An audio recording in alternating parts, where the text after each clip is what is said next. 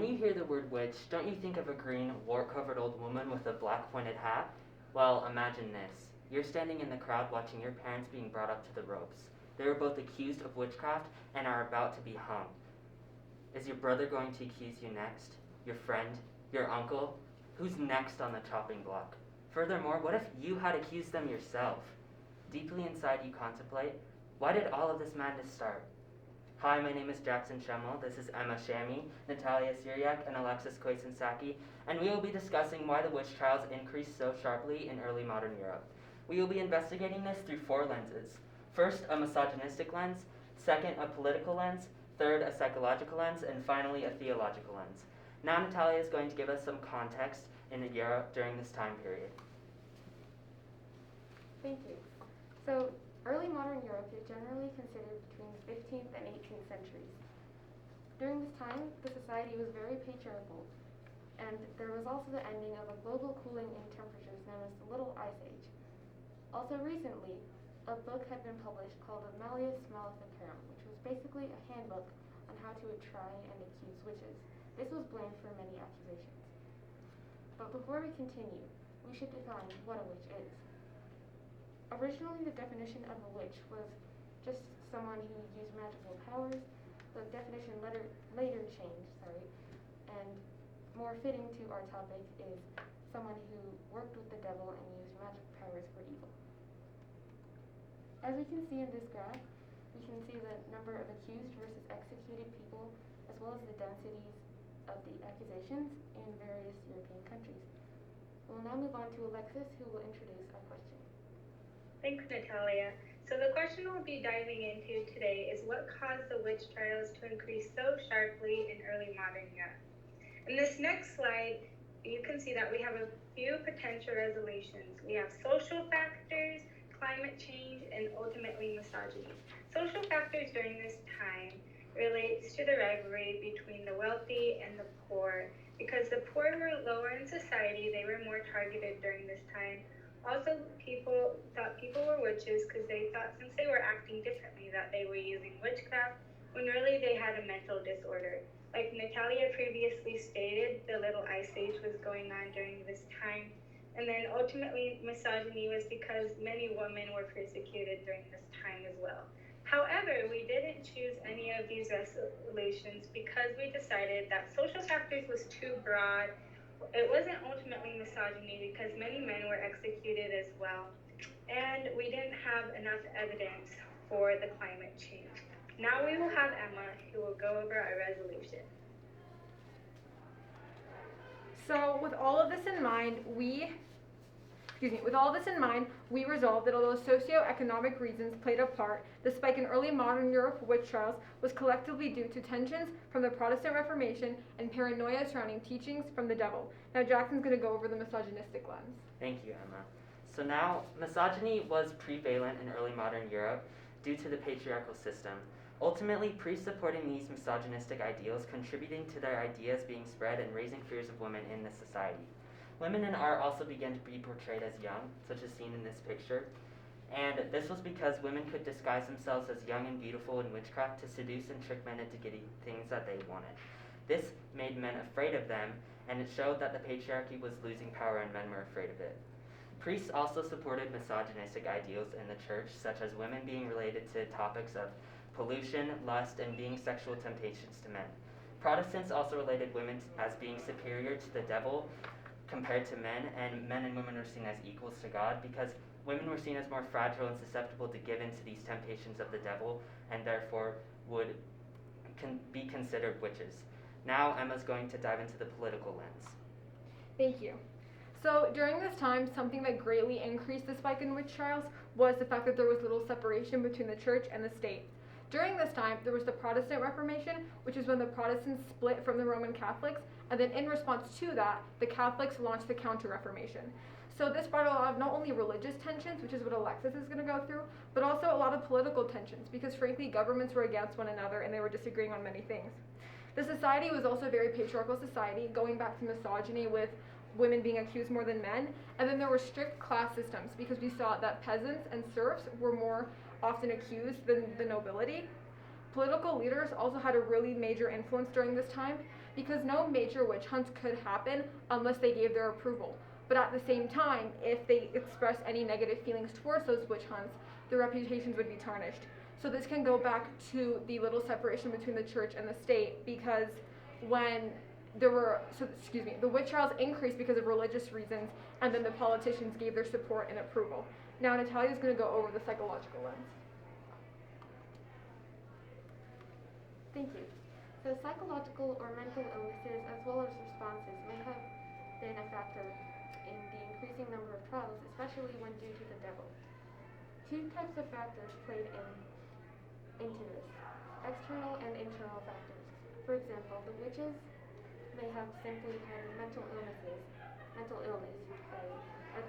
Alexis mentioned earlier. They might have had disorders such as pathological lying, which would have made them seem more suspicious as they were lying often. They may have also been suffering from chemicals found in mushrooms known as mycotoxins, which interfered with the brain's neurotransmitters. The accusers might have experienced psychosocial responses, which is basically a physical symptom to a psychological stressor. The general public may have also influenced these trials by encouraging them, especially when surrounding the devil, through mob psychology. And as we mentioned before, the climactic changes also might have had a play in this by affecting their mindset. As you can see in this graph, when fluctuations in temperature increased, we had more witch trials showing a correlation. Now we will have Alexis explaining the theological lens. Thanks, Natalia. So let's look at this from a theological perspective. Due to the combination of the Protestant Reformation and the teachings of the devil during this time, there was a major spike in the witch trials. During this time, religious leaders were saying that Satan was among them, and that one of the forms that they were among them was through witches during this time, and that the witches were spreading evil into the people so that they'll be away from God. But the people didn't want to be away from God, so anyone who seemed to have any type of evil, they would accuse so that they could get rid of them. Also during this time, like Emma said earlier, was the Protestant Reformation.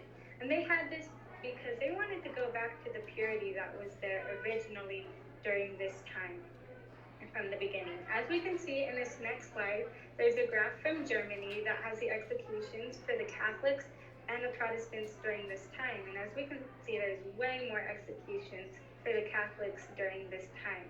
And this may be because the Protestants were more dominant during this time in Germany, as we saw earlier from that there was more executions in Germany as well as a whole. And because of this, many Catholics were executed because the Protestants and the contentions between them led to many deaths because of these arguments. Now we'll go on to Emma to revisit our resolution. So for a quick recap, because the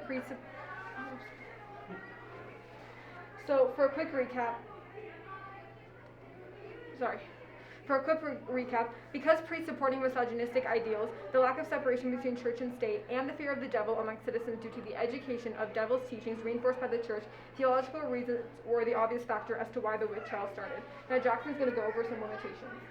So our first limitation was that some historians have argued how witch trials were not caused due to the Protestant Reformation because some trials are seen before. A second limitation is that the Little Ice Age caused a lot of ecological disasters such as famines and droughts, and witches became a common scapegoat because people just blamed witches for those, but why were Jews not blamed for this? Now Emma's going to talk about why our topic matters. So during this time, there were a lot of deaths. Thousands and thousands of people died for really small reasons. It shows how women were targeted more than men. It also shows misinterpretations with mental illnesses and social classes, because with mental illnesses, a lot of the times people just had misdiagnosed mental issues. And so it's also still happening right now in Africa, especially the children. They're still getting accused of being witches, and then it's also in parts of Asia there are still witch hunts, so it's still a relevant topic today. Thank you. Excellent. Good work, guys. Let me ask you a couple questions just to follow up on these, just to see how you got along. So very nice. And then let me start off with Alexis. So Alexis online there. Let me ask you, how did your group decide to include, let's see, how about Natalia's lens on your when you were trying to come up with these solutions? Who do you think, what was the person you wanted to ask there?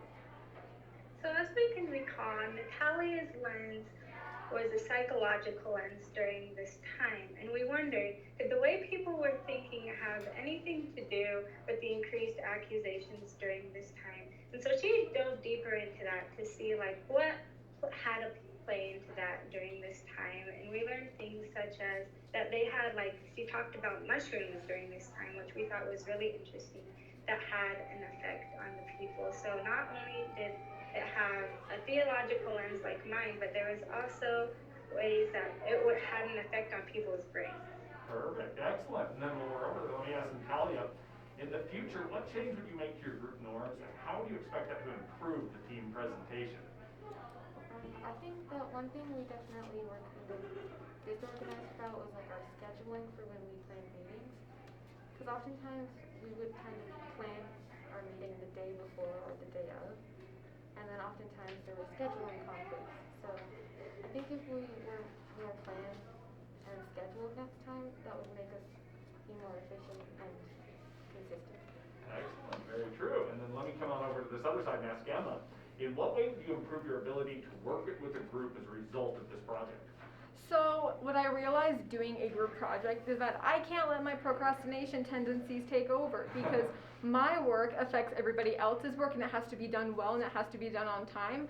Another thing that I realized is communication is a really big thing. As she said, our schedules are really different. So trying to figure out when to meet, what to talk about. And efficiency was also a big thing for us because we had very limited time as well because of our schedules. Alexis suggested actually that we all come up with a raising our hand system during our Google Meets. We found that we would talk on top of one another so much that we wouldn't get any work done. So we developed a system where we all have to raise our hands and call on one another. That way we can talk. Smart, very good. And then lastly, let me finish up here with Jack. And so when you were considering all of these various arguments for when the witch trials began and why there was this uptick during modern times, what was the strongest counter argument to your solution that you think, and why was that? I think our strongest counter-argument was due to socioeconomic reasons, because basically socioeconomic reasons combines all the lenses that we took except for theology, which was Alexis's lens.